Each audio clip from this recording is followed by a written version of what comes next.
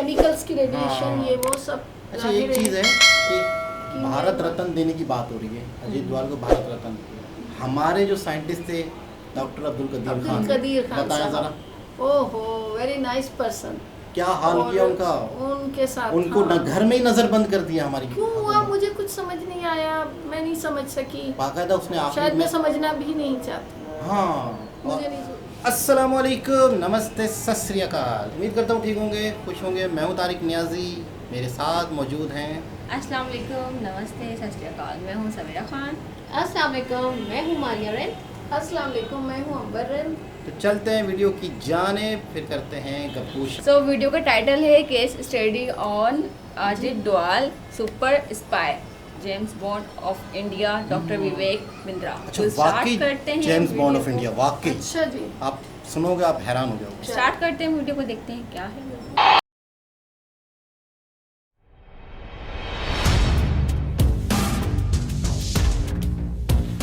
हथियारों से लड़ी जाने वाली लड़ाई बार बार लड़नी पड़ती है, पर बुद्धि हमेशा बल पर भारी पड़ती है। ऐसे बुद्धि के राजा 21वीं सदी के चाणक्य, हमारे देश के जेम्स बॉन्ड अब काल्पनिक चरित्र नहीं रह गया। असली के जेम्स बॉन्ड अजीत डोभाल, प्रधानमंत्री के बाद कहा जाता है कि दूसरे सबसे शक्तिशाली व्यक्ति हैं। सीधा कैबिनेट मिनिस्टर का दर्जा, पर पीएमओ को सीधा रिपोर्टिंग, बीच में कोई नहीं। कीर्ति चक्र, प्रेसिडेंट पुलिस मेडल। अगर पाकिस्तान इनके नाम से डरता है, क्यों डरता है, क्यों घबराता है, क्यों पाकिस्तान के विदेश मंत्री, रक्षा मंत्री सब इसी की बात करते हैं। ये अजीत डोभाल की स्ट्रैटेजी, ये अजीत डोभाल नहीं होता तो क्या होता, अजीत डोभाल के कारण हो गया ये। डोभाल कौन है अजीत डोभाल, बात करूंगा। आजकल तो फॉर्म में चल रहा हूं, मजा आ रहा है। 2050, मैकडोनल्ड, गांधी, बंगाल, बिलियनियर्स के ऊपर वीडियो बनाया, और जो पब्लिक स्पीकिंग के 2 वीडियोस बनाए वो नहीं देखे तो जरूर देख लीजिएगा। नमस्कार, मैं Vivek Bindra, founder and CEO बड़ाबिजनेस.com। नीचे एक तो अजीत डोभाल के बारे में आज बात करेंगे खूब कमेंट बॉक्स में, क्या कौन सी स्टोरी उनकी कहानी पसंद आई, कई कहानियां बताने वाला हूं। एक ऐसे जासूस, एक कठोर जिंदगी जीने वाले वो जासूस जिन्होंने पुलिस की जिंदगी, आईपीएस ऑफिसर की, उसकी मलाई खा सकते थे, मलाई मार सकते थे, पर वो कठोर जिंदगी जी। वैसे आने वाले समय में और कौन से वीडियो बनाऊं, टेक्सटाइल इंडस्ट्री, तेंदुलकर का जन्मदिन, फर्नीचर इंडस्ट्री, वेनेजुएला कैसे डूब गया, वेनेजुएला ये देश कैसे खत्म हुआ, बिल गेट, सुंदर पिचाई। चलो शुरुआत से शुरू करते हैं, बात अजीत डोभाल की करते हैं। जिस प्रकार कोरोना से बचने के लिए इम्यूनिटी का होना जरूरी है, उसी प्रकार इंटरनल सिक्योरिटी के लिए अजीत डोभाल बहुत जरूरी है। उत्तराखंड के रहने वाले पौड़ी गढ़वाल के 1945 में आजादी से पहले जन्म हुआ, आजादी से पहले, अभी तक पूरी तरह fresh and active. Indian army officer थे इनके पिता, और अजमेर मिलिट्री स्कूल में इन्होंने पढ़ाई करी। इंडियन पुलिस सर्विस 1968 में इन्होंने आईपीएस के रूप में ज्वाइन किया। कैडर मिला था केरला का, 37 साल की नौकरी में 7 साल पुलिस में रहे, बाकी उसके बाद आईबी, रॉ और क्या क्या किया जासूस बन के। 72 में उस समय चर्चा चल रही थी, नॉर्थ ईस्ट में चल रही थी इंसर्जेंसी, भयंकर आतंकवाद, बहुत परेशानी थी। हर राज्य वहां बोल रहा था मुझको अलग देश बना दो, मुझको अलग देश बना दो। वहां लाल डेंगा मिजोरम में बहुत शक्तिशाली हो चुके थे, लाल डेंगा की ताकत बढ़ चुकी थी, पैरेलल सरकार चला रहे थे। लाल डेंगा, समझना इस कहानी को, नाम आपने सुना होगा, लाल डेंगा का आतंक कितना हुआ करता था उस समय। नॉर्थ ईस्ट में मिजोरम इतना शोर हो गया कि दिल्ली में लोग घबराए थे, और तभी पूछा, वहां पे एक आईबी ऑफिस में मीटिंग बुलाई गई, कौन जाएगा देखने के लिए। सब चुपचाप इधर उधर देख रहे थे, और वहीं अजीत डोभाल अभी शादी करके लौटे थे, हनीमून पर जाने वाले थे, और वो बोले ठीक है मैं जाऊंगा मिजोरम, और मैं मिजोरम में समय लगाऊंगा। ये लाल डेंगा के साथ इन्होंने वहां पहले अंदर घुस गए, अंदर जाके देखा तकलीफें क्या है, इनकी समस्या क्या है, इनकी गोल प्रॉब्लम क्या है। घुस करके तब समझ आया लाल डेंगा के साथ 7 बड़े कमांडर्स थे, उसके 7 जबरदस्त कमांडर थे जो सारा गेम चला रहे थे। यानी कि लाल डेंगा की ताकत, जैसे याद है हातिम ताई में तोते के अंदर ताकत थी, लाल डेंगा की ताकत इन 7 कमांडर्स में थी। ये 7 कमांडर से नीचे नीचे जाके दोस्ती करते थे। इनकी खास बात यही कि दुश्मन के अंदर खेमे में जाके कुछ लोगों को दोस्त बनाए आते थे। अच्छा, दोस्ती इतनी कर ली कि रोज शाम को उनके एक कमांडर को घर बुलाते, और बढ़िया साथ में बैठ के दारू भी पीते, खूब ड्रिंक करते, उनके साथ बढ़िया नॉनवेज उनकी वाइफ खुद बना के खिलाती, और इतनी दोस्ती कर ली और उनको समझाना शुरू कर दिया। सारी इंफॉर्मेशन ले ली कि क्या है ये माल्फ। मिजोरम आर्मी लेफ्ट फ्रंट पर कौन है अजीत डोभाल, जो हर बाल की निकाल दे खाल, वो है अजीत डोभाल। इतना अंदर चले गए कि जा करके उनसे समझाना शुरू किया, एक एक करके दोस्ती करी। बोला ऐसा है ना मैं तुम्हारे को सारी ताकत दिलाता हूं, भारत सरकार में मेरी चलती है, तुमको स्पेशल कैटेगरी राज्य बना दूंगा। ऐसा कुछ करते हैं कि तुम्हारा यहां पे इलेक्शन करके तुम्ही को यहां मंत्री बना देते हैं, तुम्हारे ऊपर जो क्रिमिनल चार्ज है उस सारे को हटवा देते हैं, और तुम्हारे को नेबरिंग कंट्री के साथ में तुम्हारे लीगल अग्रीमेंट्स बनवा देते हैं। तुम्हारे राज्य में कोई घुसेगा तो उसको पासपोर्ट इलेक्शन कार्ड टाइप चाहिए, यानी कि वो सब सिस्टम भी बनाए रखते हैं। उन्होंने उनको इतना विश्वास दिलाया कि तुम्हें जो जो चाहिए मैं सब दिलाऊंगा, और कोई धन की कमी है तो वो भी दिलाऊंगा, स्पेशल स्टेट होने पे जो पैसा नहीं चाहिए वो भी दिलाऊंगा। और एक एक करके इन्होंने 7 में से 5 आदमी अपने साथ, क्षमा चाहता हूं 6 आदमी अपने साथ कर लिए। लाल डेंगा पड़ गया कमजोर, अब लाल डेंगा की चली नहीं, और वहां पॉलिटिकल पार्टी बनाने के लिए उन्होंने बोला लाल डेंगा अब तू आजा मेरे पास। बाद में लाल डेंगा को लेकर के आए, उसको अकेले में समझाया और देखा कि 6 आदमी उसके अगेंस्ट हो गए, और लाल डेंगा के साथ अब नेगोशिएशन किया।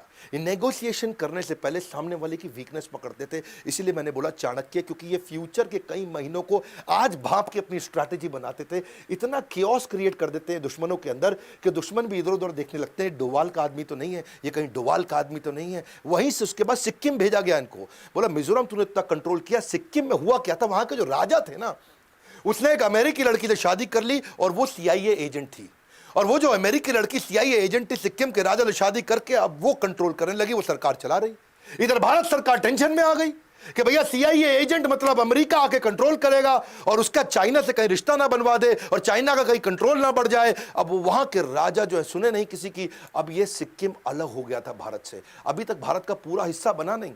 47 में केवल अधूरे कुछ कॉन्ट्रैक्ट के साथ सिक्किम भारत से जुड़ रहा था, पर पूरी तरह भारत में मिला नहीं।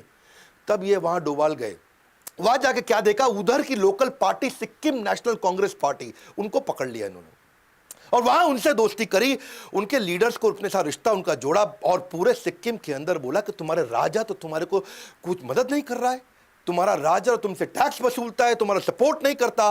और वहां राजा के खिलाफ हवा बढ़ानी शुरू कर दी और इस पार्टी को मजबूती देनी शुरू कर दी। बाद में रेफरेंडम भी पास करा दिया, वहां सब लोगों ने भारत के फेवर में वोट भी कर दिया।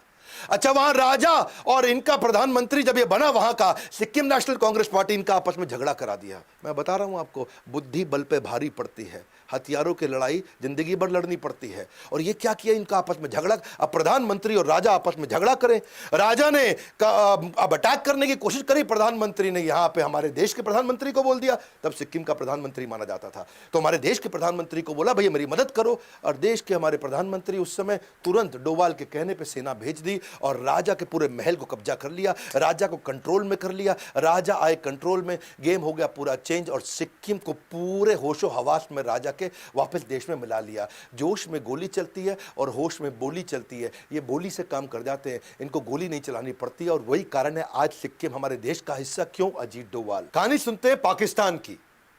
ये जो हमारे अजीत डोवाल है ना, ये बहुत बुद्धिमान जासूस थे।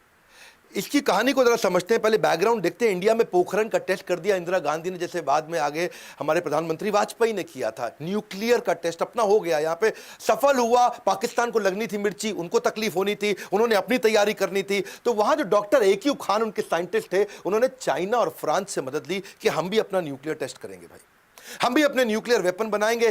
फ्रांस को समझ आ गया ये टेक्नोलॉजी के लिए नहीं वेपन के लिए कर रहा, तो फ्रांस हो गया बाहर। चाइना मदद कर रहा था, लेकिन ये डॉक्टर AQ खान की तैयारी पूरी नहीं हुई, तो ये नॉर्थ कोरिया निकल गए। साइंटिस्ट थे ये, नॉर्थ कोरिया गए। नॉर्थ कोरिया अपने किम जोंग यूंग के पिता उस समय, वो भी अपने न्यूक्लियर के चक्कर में पड़े थे। तो दुनिया ने देखा क्या चक्कर है भाई, ये क्यों गया नॉर्थ कोरिया, ये क्यों तैयारी करके आया। सबको लगने लगा इधर जो है मैडम इंदिरा गांधी ने और रॉ और IB का गठन कर दिया और अपनी बढ़िया टीम बना दी कि मैं यहां से लोगों को भेजती हूं चाइना और पाकिस्तान, मेरे अपने स्पाई और मेरा अपना नेटवर्क होना चाहिए जो राइट खबर दे सकें। इधर से अजीत डोवाल को सिलेक्ट किया गया कि अजीत डोवाल एक काम करो, अब तुम मेरे को डायरेक्ट रिपोर्ट कर रहे हो, मैं हूं प्रधानमंत्री और तुमको जाना है, इस समय तुम IB को यहां से लीड करोगे, नेटवर्क बनाओ पाकिस्तान में। काहोटा नाम की जगह थी ये, रावलपिंडी के पास में, जहां पे इनका एक खान रिसर्च सेंटर था, जहां पे इसकी तैयारी चल रही थी। इसकी खबर तो लगी लेकिन ढूंढना मुश्किल हो रहा था। अब ये अंडर कवर एजेंट वहां पहुंच गए पाकिस्तान के अंदर, वहां ढूंढने का खूब प्रयास किया, कुछ मिले नहीं वहां पे। ये काहोटा में भिखारी बन के घूम रहे थे और अपनी पूरी तैयारी कर रहे थे। इधर इंडिया के अंदर उथल पुथल हुई, इंदिरा गांधी इलेक्शन लूज कर गई क्योंकि अपना इमरजेंसी हुआ था। और यहां कौन आ गए, मोरारजी देसाई आ गए। अच्छा, इन्होंने क्या किया, खान रिसर्च सेंटर के बाहर जो साइंटिस्ट आते थे उनको ट्रैक करना शुरू किया। ये साइंटिस्ट आ रहा है जा रहा है, आ रहा है जा रहा है, मिल नहीं पा रहे हैं, पकड़ नहीं पा रहे, समझ नहीं आ रहा क्या करें। तो इनकी जो अपनी पढ़ाई थी, इनको पढ़ाई से समझ में आया कि अगर कोई न्यूक्लियर वेपन पे काम कर रहा है तो उसका जो रेडिएशन है ये उसके शरीर में आ सकता है, उसके शरीर के स्किन का टुकड़ा मिल जाए, बाल का टुकड़ा मिल जाए। तो उन्होंने एक ऐसा नाई ढूंढ लिया, वहाँ ऐसी बार्बर शॉप ढूंढी जहाँ पे साइंटिस्ट जाया करते थे। तो वहाँ जा करके भिखारी बन के वहाँ बाहर बैठ गए और वहाँ बालों के सैंपल उन साइंटिस्ट लोगों के कलेक्ट करने शुरू कर दिए। बहुत बुद्धिमान थे, बहुत बुद्धिमान, लंबी तैयारी करके चले। अगर ये न्यूक्लियर वेपन पे काम कर रहे हैं तो बालों में रेडिएशन आ जाएगा। इन्होंने धीरे धीरे सैंपल कलेक्ट किए और किसी तरह अपने नेटवर्क के थ्रू उसको इंडिया में भेजा। और इंडिया में जब बालों को चेक किया गया तो बहुत भारी मात्रा में रेडिएशन भी मिल गया। अब समझ आ गया कि यहीं पे पाकिस्तान काम कर रहा है, यहीं तैयारी हो रही है। तो इन्होंने जो है सोचा कि अब क्या किया जाए, इसको कैसे तबाह करें, इसे कैसे खत्म करें। ये सोचा कि भाई अब दोबारा झगड़ा किया इनके साथ में तो अमेरिका पाकिस्तान की मदद कर देगा। तो अगर मैं इस समय अपने प्रधानमंत्री को समझाऊं उनको अटैक करें, हमारे प्रधानमंत्री मानेंगे नहीं।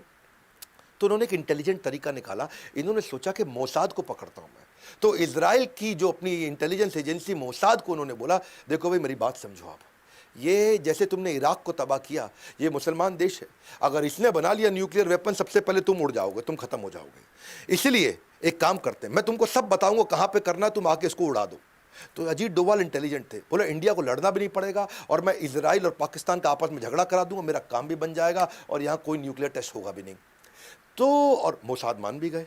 ये इतना बढ़िया कन्विंस करते थे, पता नहीं बुद्धादित्य योग है इनके पास, कौन सा योग है, ऐसे एस्ट्रोलॉजिकल योग है, ये जिसके पास जाए उसको कन्विंस कराया करते थे। और कन्विंस कर दिया, इजराइल तैयार हो गया। इजराइल ने बोला एक काम करो भैया, हम कहीं इराक के ऊपर से उड़ा करके, ये जो मिडिल ईस्ट कंट्री है यहां से तुम जहाज ला नहीं सकते, पूरी तरफ दूसरी तरफ से घुमा के लाना पड़ेगा। रीफ्यूलिंग के लिए तुम हमारी मदद करो, गुजरात में रीफ्यूलिंग कर लेंगे, अपना बेस दे देना, वहां से जाएंगे, इनको उड़ा देंगे, पाकिस्तान में पूरा खत्म कर देंगे, इनका खान रिसर्च सेंटर, कुछ नहीं होगा न्यूक्लियर टेस्ट। तो ये बोले ठीक है।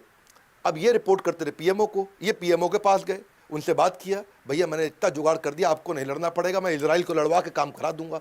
पीएमओ ने बोला, अब जो थे ये गांधी विचारधारा के थे, हाँ यहां गड़बड़ हो गया। यहां मोरारजी देसाई ने सोचा कि ये तो इंदिरा गांधी का प्लान था भैया, ऐसा ना हो इंदिरा गांधी की वाह वाह हो जाए। उन्होंने साफ बोल दिया कि भाई वो कर रहा है टेस्ट, उसको करने दो, हम तो गांधी विचारधारा के हैं, हम तो लड़ते नहीं किसी से, वो उनके देश का आंतरिक मामला है, मुझको नहीं लड़ना भैया, हम नहीं वो इजराइल को बुलाएंगे यहाँ पे, हमारी धरती को क्यों खून से रंगा जाए, हमारी धरती को क्यों गंदा किया जाए। उन्होंने साफ मना कर दिया। अब वहाँ मना कर दिया तो ये बड़े परेशान हो गए, क्या करें, इतना मुश्किल से बाल वाल निकाल के सब जुगाड़ करके इजराइल को समझा के कराया, लेकिन ये हार कहाँ मानने वाले थे। कल की सुरक्षा के लिए सबसे अच्छी तैयारी रहे, विनम्रता से ही सही मगर कोशिश जारी रहे। इन्होंने कोशिश करते रहे। इन्होंने देखा एक साइंटिस्ट को पकड़ लिया, उसका एक्स्ट्रा मैरिटल अफेयर निकाल दिया और वहाँ लड़की को भी पकड़ा, इनको भी पकड़ा और साइंटिस्ट को जाके बोला इधर आ, मैं तेरी सारी खबर लीक कर दूंगा और तुझको बर्बाद कर दूंगा, मैं मेरी बात सुन, मैं इसको ब्लूप्रिंट दे दे अंदर का, बस इतना कर दे। वो साइंटिस्ट घबरा गया, वो बोला ठीक है पूरा ब्लूप्रिंट सब कुछ दे दूंगा पर $10,000 दे दे मुझे ताकि मैं यहाँ से बाहर निकल जाऊँ, मेरी ज़िंदगी भी तो सेट कर लो ना, मैं यहाँ से निकल जा, तो पूरा ब्लूप्रिंट दे दूंगा, तो इंडिया को दे दियो। इसने कहा ठीक है, $10,000 तो कुछ नहीं है। इन्होंने अपना फिर फ़ोन लगाया वहाँ पीएमओ को, हाँ जी $10,000 दे दो, काम हो गया हमारा, कैश में जाएगा पैसा, हाँ तो वैसा ही जुगाड़ चाहिए इनको। तो वहाँ पे मोरारजी देसाई ने फिर मना कर दिया। मोरारजी देसाई बोले ऐसे थोड़ी होता है, हमारे पास तो बजट भी नहीं है जी, हमारे पास पैसा भी नहीं है और हम क्यों ये सब काम करें, जो पाकिस्तान को करना है वो अपनी धरती पे कर रहा है, हम अपनी धरती पे कर रहे हैं, वो उनका आंतरिक मामला है। मोरारजी देसाई ने फिर से मना कर दिया। अब यहाँ पर परेशान हो गए। अच्छा इधर हमारे रॉ के चीफ अरिन का वो परेशान हो गए, वो बोले मोरारजी देसाई जी ये क्या तरीका हुआ, हम लोगों ने अपने स्पाई नेटवर्क को जान खतरे में डाल के इंफॉर्मेशन ला रहे हैं, सोचो सर आपको ब्लूप्रिंट मिल गया तो आप क्या क्या कर सकते हो, आपको सब पता चल जाएगा उनके बारे में। इन्होंने मना किया, उसने रिजाइन कर दिया। अच्छा अरिन काउन ने यहाँ रिजाइन किया लेकिन वो वहाँ हार नहीं माने। अजीत डोवाल फिर भी वहाँ लगे रहे।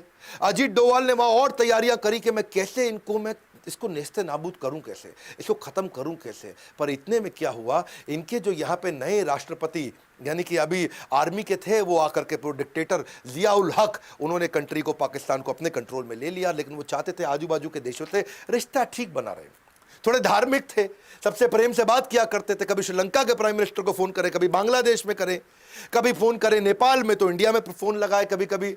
अच्छा यहाँ पे जब मोरारजी देसाई से बात किया, मोरारजी देसाई अपने शाम को अपनी अलग आनंद में जीवन जी रहे थे और वहाँ मोरारजी देसाई फ़ोन पे बात करते वक्त उन्होंने इनको बोल दिया तुम क्या समझ रहे हो जिया उल हक, हमने कच्ची गोलियाँ नहीं खेली, हमें सब पता है तुम कहोटा में क्या कर रहे हो। और वहाँ जिया उल हक परेशान, वो कहा ये क्या हो गया, इसको कैसे पता, तुम क्या न्यूक्लियर वेपन बना रहे हो, तुम्हारे कितने साइंटिस्ट हैं, वहाँ क्या क्या तैयारी करी, तुम्हारे खान रिसर्च सेंटर में क्या हो रहा है। हम कच्ची गोलियां नहीं खेलें जिया उल हक, हमारा भी नेटवर्क है तुम्हारे यहाँ पे, हाँ जरा कंट्रोल में रहो जिया उल हक। जिया उल हक परेशान। ये हमारे देश के या दुनिया के किसी भी देश के प्रधानमंत्री के द्वारा की गई लगभग सबसे बड़ी गलती थी। और यहाँ जिया उल हक ने क्या किया, ये बहुत गुस्से में आ गए, वापस आए। सोचो इतना कॉन्फिडेंशियल प्रोग्राम किसी को नहीं पता दुनिया में हम कर रहे हैं, और यहाँ इनके प्रधानमंत्री को पता है। इन्होंने ढूंढ ढूंढ के हमारे नेटवर्क के आईबी के एजेंट्स, ढूंढ ढूंढ के हमारे रॉ के एजेंट्स को पकड़ पकड़ के निकाल निकाल के मारा, और कईयों को मारा, और सब बेचारे मार दिए गए। पूरा नेटवर्क वहाँ नेस्ते नाबूद हो गया, सब खत्म हो गया। और लेकिन अजीत डोभाल चुपचाप वहाँ से निकल के भाग आए, वो इंडिया आ गए। इतना तो तबाह इनको कर दिया था कि उन्होंने इनका न्यूक्लियर टेस्ट 15 साल डिले करा। केरला में कंट्रोल किया, बाद में नॉर्थ ईस्ट कंट्रोल किया, पंजाब को कंट्रोल किया, पाकिस्तान से कंट्रोल लेकर के आए न्यूक्लियर वेपन को। अब बारी थी कश्मीर की, इलेक्शन वहाँ हो नहीं पा रहे थे, इंडिया बड़ा परेशान था, वहाँ मिलिटेंसी बढ़ती चली जा रही थी, तकलीफें बढ़ रही थी। कूका पारे नाम का वहाँ एक आतंकवादी हुआ करता था, जो पहले फोक सिंगर था, लोग उसको बड़ा फॉलो करते थे, और वो पाकिस्तान से फंडेड था। उनको आर्म्स, एम्युनिशन, असला, बारूद, पैसा सब पाकिस्तान देता था कि इंडिया में डिसरप्शन क्रिएट कर दे। अच्छा, अब ये पहुँच गए। ये जब जाते थे किसी को पता नहीं चलता कि वहाँ पहुँच गए। ये पहुँच के वहाँ जाके कूका पारे को मिले, और उसको मिल करके पर्सनली साथ में बैठाया, उससे दोस्ती किया, उसके साथ खाना पीना हुआ, उसके साथ नाश्ता चाय पानी, और रात को भी उसके साथ अलग प्रकार का रिलेशनशिप बनाया कि भाई बैठ के गप मारे आराम से। कूका पारे को कंफर्टेबल कर दिया और समझा दिया कि तुझे कुछ नहीं दे रहा है पाकिस्तान, मैं तुझे सारा सपोर्ट करूंगा। नेगोशिएशन की स्किल्स बड़ी आउटस्टैंडिंग थी इनकी, मिला लिया, कूका पारे हो गया इनके साथ में, अपने 250 लोगों के साथ में कूका पारे को सपोर्ट किया, और कूका पारे को समझाया कि जो पाकिस्तान तेरी मदद करता था आज तू उसके अगेंस्ट खड़ा होगा।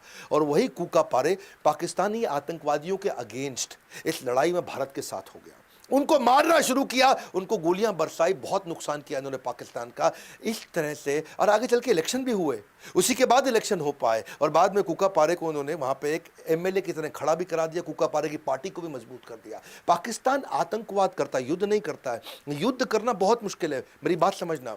युद्ध जो है ना, उसमें पूरे देश को लगना पड़ता है। आतंकवाद क्या है, 10 लोग आए अजमल कसाब मुंबई में, 10 लोग आए, बहुत नुकसान करके चले गए। आतंकवाद एक सस्ता ऑल्टरनेट है, युद्ध बहुत महंगा पड़ता है। इसलिए युद्ध लड़ना तो आसान है, वो डिफेंस की मिनिस्ट्री लड़वा देगी, वो हमारे साथ फॉरेन मिनिस्टर, डिफेंस मिनिस्टर सब दिमाग लगा करके वो लड़ लेंगे। लेकिन इंटेलिजेंस के साथ में इंटरनल सिक्योरिटी के चीफ हमारे देश के, वो इस तरह 5-5, 10-10 लोगों के जो आतंकवादी हमले होते हैं उससे कैसे बचाएं, वहां इनका बहुत दिमाग लगता था। ये पाकिस्तान ने जो हमारा IC-814 हाईजैक कराया था, जो नेपाल से दिल्ली आ रहा था, काठमांडू से दिल्ली, ये भी क्या है, ये आतंकवाद है। ये वॉर नहीं है, पाकिस्तान युद्ध नहीं करता था, आतंकवाद करता था। उसको ले जाकर के पहले लाहौर ले गए, उसके बाद उसको ले गए कांधार अफगानिस्तान में, लेकर के वहां से अपने कंट्रोल में ले लिया, और यहां से फोन कर दिया कि मुझको $200 मिलियन दे दो, और हमारे 35 आतंकवादी तुम्हारी जेल में जहां जहां है सबको रिहा कर दो।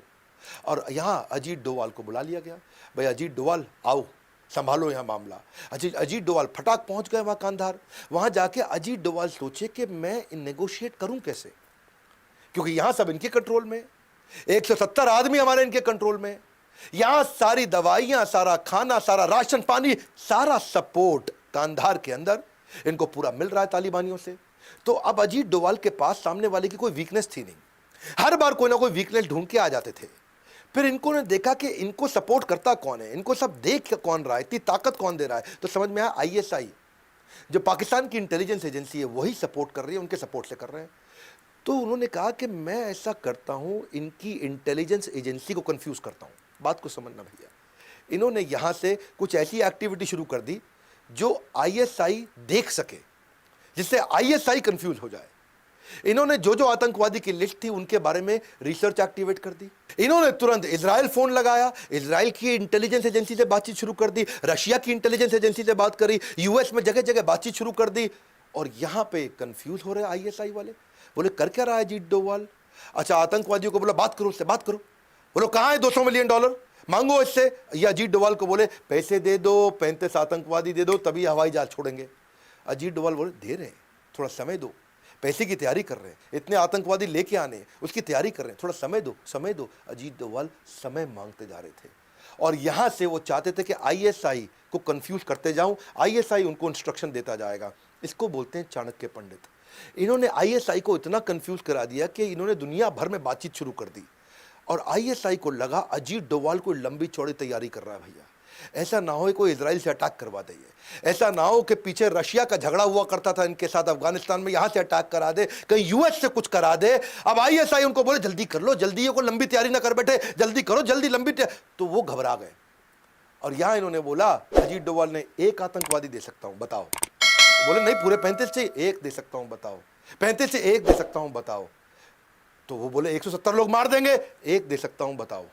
तो उन्होंने कहा ठीक है, पहले मौलाना मसूद अजहर दे दो, फिर हमारे को उन्होंने 2 आतंकवादी और बता दिए, ये दे दो। उन्होंने कहा ठीक है, मैं 3 की ट्राई करता हूं, लेकिन देना 1 चाहता हूं। और यहां से आईएसआई ने बोला देख, जो है पैसे वैसे छोड़, ये 3 आतंकवादी जल्दी मंगवा दे हमारे को, ये 3 आदमी चाहिए हमारे को।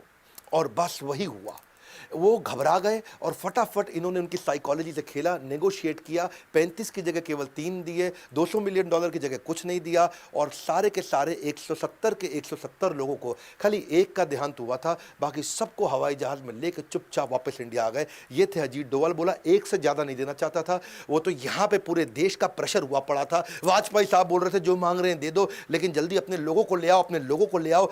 तो ये प्रेशर में चलते, अगर प्रेशर ना होता तो शायद 1 से ही बचवा के ले आते।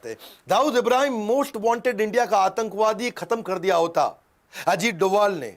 दाऊद इब्राहिम की ना बेटी की शादी थी, जावेद मियादाद क्रिकेटर था, उसके बेटे के साथ जुनैद मियादाद, शादी हो गई पाकिस्तान में।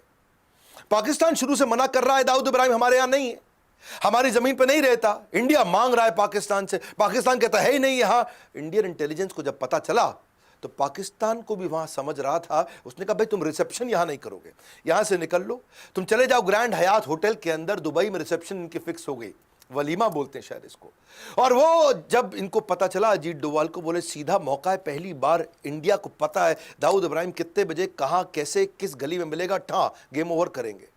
अजीत डोवाल ने अपने यहां गवर्नमेंट को समझा दिया हम कुछ नहीं करेंगे, ऐसा करते हैं, इसमें छोटा राजन के शार्प शूटर उठाते हैं, नेपाल से इनकी पुरानी दुश्मनी है और दुश्मन को दुश्मन से बढ़वाते हैं, हमारा काम अपने आप हो जाएगा। छोटा राजन के 2 शार्प शूटर ये काठमांडू के रास्ते दिल्ली ले आए और दिल्ली लाके एक 5 स्टार होटल में उनको ट्रेन कर रहे थे। हाँ, क्योंकि इनका जो झगड़ा पुराना झगड़ा था, ये 90s का झगड़ा था, हिंदू डॉन मुस्लिम डॉन, और उस झगड़े को ये भुनाना चाहते थे।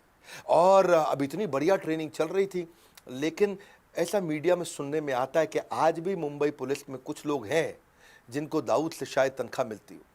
और वही खबर फैल गई, कमिश्नर ऑफ मुंबई पुलिस तुरंत दिल्ली पहुंच गया और जाकर के उन्होंने रोक दिया उनको, बोला अजीत डोवाल आप नहीं कुछ कर सकते इसमें, मेरे को ये दोनों आतंकवादी चाहिए, मैं इनको ढूंढ रहा था, ये नेपाल से दिल्ली आ गए, अब मैं इनको ले जा रहा हूं। अजीत डोवाल ने समझाया अरे हम बड़े मिशन पे लगे हैं भाई, ये दाऊद को रुक जाओ नहीं। अजीत डोवाल उस समय रिटायर हो चुके थे और कमिश्नर उस समय स्टैंडिंग कमिश्नर थे, और वो उस दोनों को लेकर के वो नेपाली आतंकवादियों को, या समझो छोटा राजन के दोनों शार्प शूटर्स को लेके, अगर वो मुंबई पुलिस इस समय हस्तक्षेप नहीं करती तो दाऊद आज इस दुनिया में नहीं होता। अजीत डोवाल इंटेलिजेंट ऐसे हैं, साहस ऐसा है कि बड़ों बड़ों को चकनाचूर कर दे। ISIS ने इराक को ऑक्यूपाई किया था, अगली कहानी सुनो। और उस समय आपको याद होगा कि तिरकित के अस्पताल में वहां हमारी कई नर्सेस थी, और वो 46 इंडियन नर्सेस थी जिनको वहां कैप्चर कर लिया। ISIS उनको छोड़ना नहीं चाहता था, वो उनके कब्जे में आ चुका था। अजीत डोवाल चुपचाप, जिस दिन ये पता चला 2 दिन के अंदर इराक पहुंच गए, और इराक के अंदर किसी को नहीं मालूम, इंडिया में नहीं मालूम किसी को अजीत डोवाल इराक में, इराक में नहीं मालूम अजीत डोवाल इराक में है। 48 घंटे लगे अजीत डोवाल को ISIS को समझाने में कि मेरे को सारी 46 नर्सेस चाहिए तुरंत। 48 घंटे के अंदर, दुनिया में आज तक किसी को नहीं मालूम अजीत डोवाल उनसे क्या बोल के आए। ISIS जो अमेरिका की नहीं सुनता, रशिया की नहीं सुनता, किसी की नहीं सुनता, वो अजीत डोवाल की सुन लिया। 48 घंटे के अंदर सारी 46 नर्सेस को एकदम सुरक्षित वापस इंडिया में ले आए। ऐसे आदमी, पुलवामा में अटैक हुआ, उससे पहले अटैक हुआ, यही तो मास्टरमाइंड है हमारे सर्जिकल स्ट्राइक के। इंडिया, ये तो आपको पता ना, चीप तरीके से पाकिस्तान अटैक करता, वॉर तो करता नहीं सामने आकर के, आतंकवाद करता, आतंकवाद सस्ता पड़ता है उनको। 18 सोल्जर हमारे शहीद हुए थे, कहाँ पे, ये उरी में। और उरी में जब ऐसा हुआ पूरे देश को गुस्सा था, इन्होंने तुरंत NSA की टीम बुला करके और मिलिट्री की हाई लेवल मीटिंग बुला करके फना होने की इजाज़त ली नहीं जाती है, वतन से मोहब्बत पूछ के की नहीं जाती है। उन्होंने ब्लूप्रिंट तैयार किया, पूरी तैयारी कर ली, एक एक्सीलेंट अंडरस्टैंडिंग पीएम के साथ इनकी पहले से है, पीएम से इन्होंने अप्रूवल ले लिया, आइडियोलॉजी दोनों की मिलती जुलती है, आगे बढ़े और जा करके तुरंत 11वें दिन के अंदर वहां जाके अटैक करके आए। 11वें दिन में एलओसी में घुसे, 3 किलोमीटर अंदर गए, लॉन्च पैड खत्म किए, 2 पाकिस्तानी सोल्जर्स को भी मारा, इनके 38 टेररिस्ट भी खत्म किए, इंडिया की एक भी कैजुअलिटी नहीं थी। ऐसे ये स्ट्राइक भी किया 2019 में, अभी रिसेंटली इन्होंने पुलवामा में अटैक किया।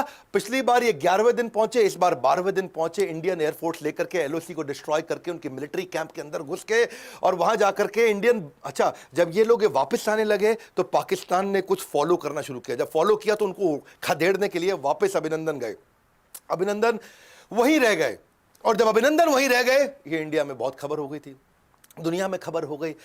डोवाल को टाइम नहीं लगा, 2 दिन लगे, केवल 2 दिन के अंदर यूएस एम्बेसी के थ्रू और डायरेक्ट मैसेज इतना मजबूती से पहुंचा।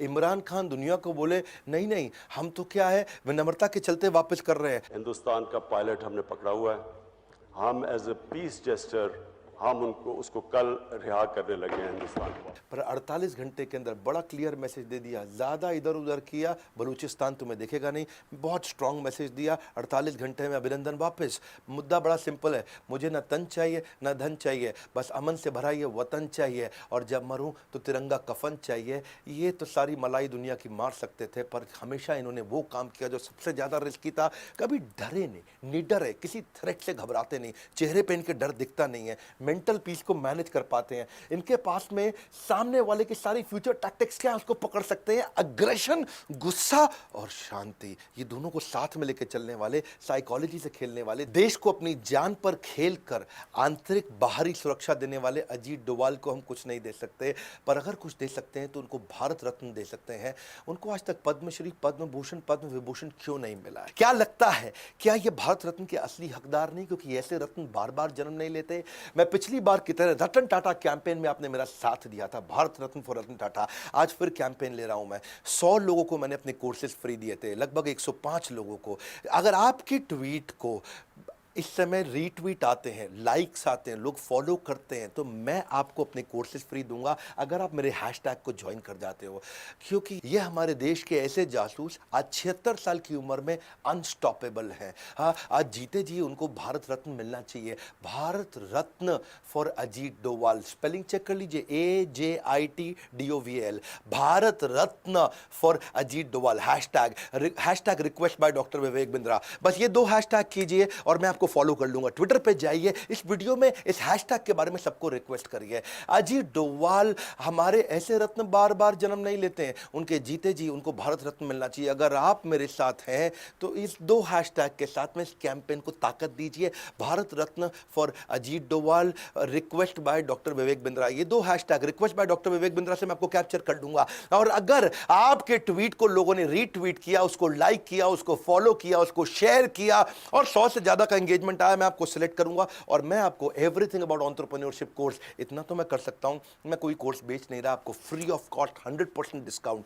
100% फ्री ऑफ कॉस्ट, कोई कैशबैक, कोई लेफ्ट राइट नहीं, ये मेरा आपको गिफ्ट होगा। क्या आप और मैं इतना कर सकते हैं अपने देश के अजीत डोवाल जी, जिन्होंने, इससे क्या इंस्पिरेशन होगा, देश का कैरेक्टर बिल्ड होगा, जो देश के लिए काम कर रहा है। बाकी के लोग जो आज बड़े बड़े IAS IPS ऑफिसर्स हैं, उनके लिए भी इंस्पिरेशन होगा। अगर देश के लिए कुछ करोगे तो देश आपको रेसिप्रोकेट करता है। इस वीडियो को शेयर कर दो, अजीत डोवाल जी के वीडियो को शेयर करो। एक एक कहानी मैं आपको डिटेल में बताना चाहता था और बताऊंगा अगली दफा। लाइक करके उत्साह बढ़ाइए फ्री वीडियोस पे। कमेंट बॉक्स में बताइए अजीत डोवाल जी की कौन सी स्टोरी आपको इंस्पिरेशनल लगी, नीचे आ जाइए कमेंट बॉक्स में और हैशटैग कैंपेन को पॉपुलराइज करते हैं। हमारे साथ जुड़े रहने के लिए, अजीत डोवाल जी को भारत रत्न दिलाने के लिए आप सबका हृदय की गहराइयों से प्रेम पूर्वक बहुत बहुत धन्यवाद।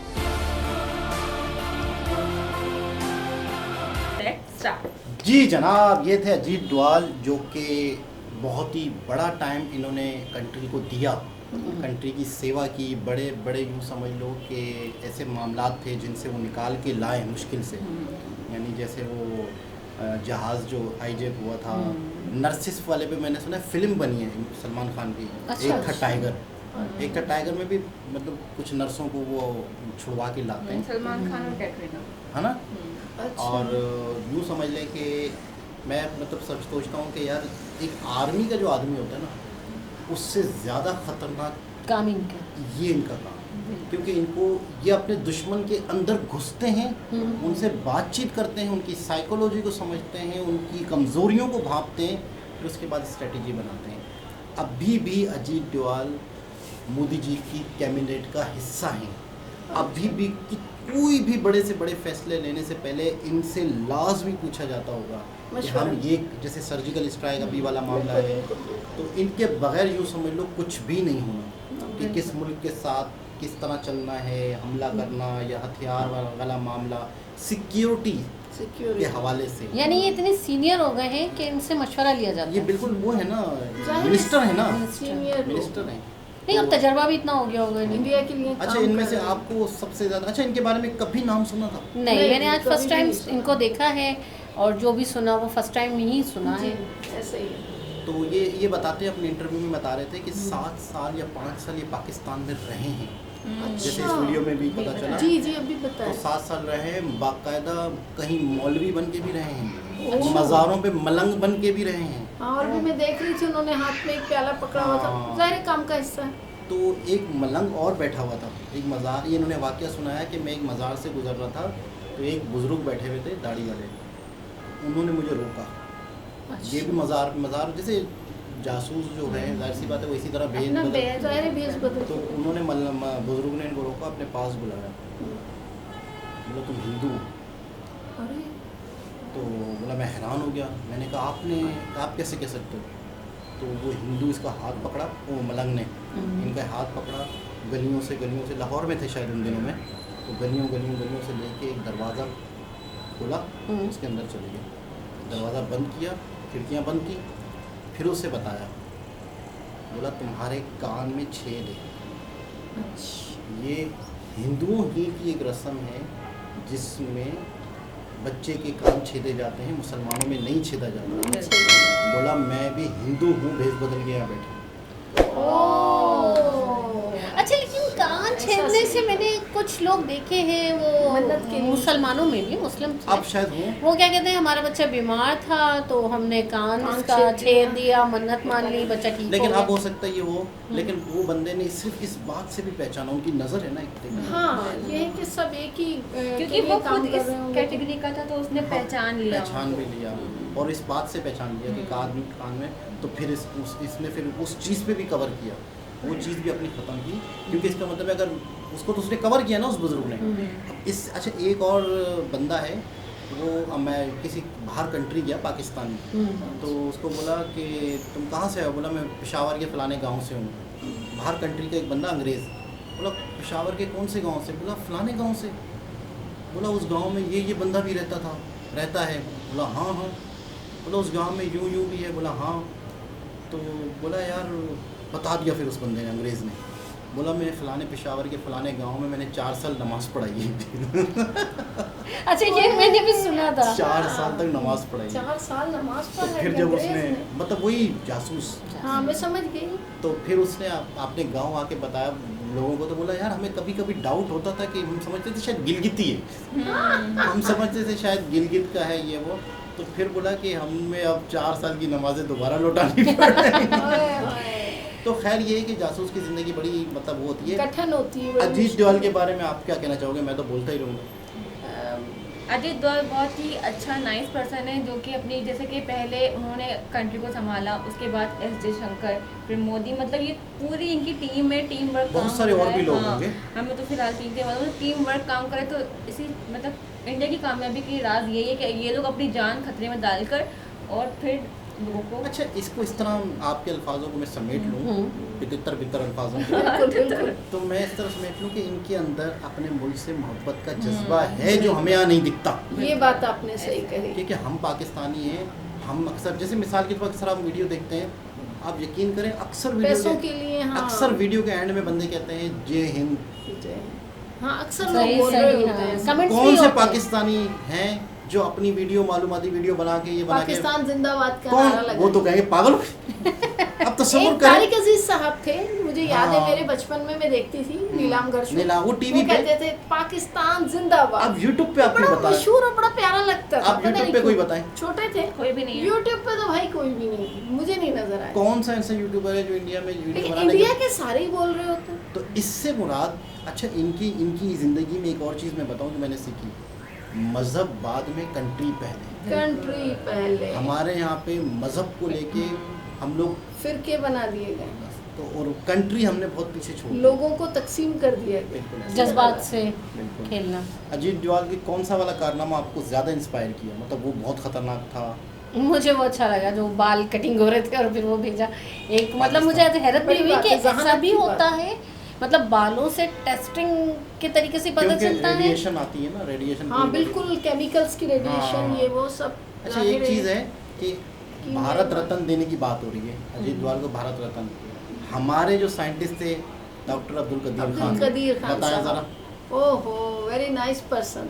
क्या हाल किया उनका, उनके साथ उनको हाँ। घर में ही नज़र बंद कर दिया हमारी। क्यों हुआ मुझे कुछ समझ नहीं आया, मैं नहीं समझ सकी। बाकायदा उसने शायद आखिरी मैं में, समझना भी नहीं चाहती, हाँ, मुझे नहीं जरूरत। और आखिरी में उनके जो इंटरव्यू था, इंटरव्यू में बता रहे थे कि मुझसे बहुत बड़ी गलती हो गई, मैंने इस कौम के लिए कुछ किया, बाखुदा अच्छा, बाखुदा। उनके इंटरव्यू पड़े हुए जियो पे, वही इतनी बड़ी बात। उन्होंने बोला मुझसे क्या कर बहुत बड़ी गलती हुई, मैंने इस कौम को कुछ दिया। इसके साथ इस वीडियो को एंड करते नाकदरी हैं। नाकदरी। इस जुमले के बाद वाकई इनका, अच्छा उनके अपने अल्फाज हैं, सुने हुए नहीं, वीडियो पड़ी हुई है, सर्च कीजिएगा। हाँ मैं सर्च करूँ। नाकदरी, वो कह रहे हैं कि यार मुझसे बहुत बड़ी गलती हुई कि मैंने हम इस मुल्क- नाकदरे लोग, बिल्कुल ऐसा। क्या तो कदर करेंगे। दोबारा किसी और हिसाब से मुलाकात होती है, जब तक के लिए अल्लाह हाफ़िज़।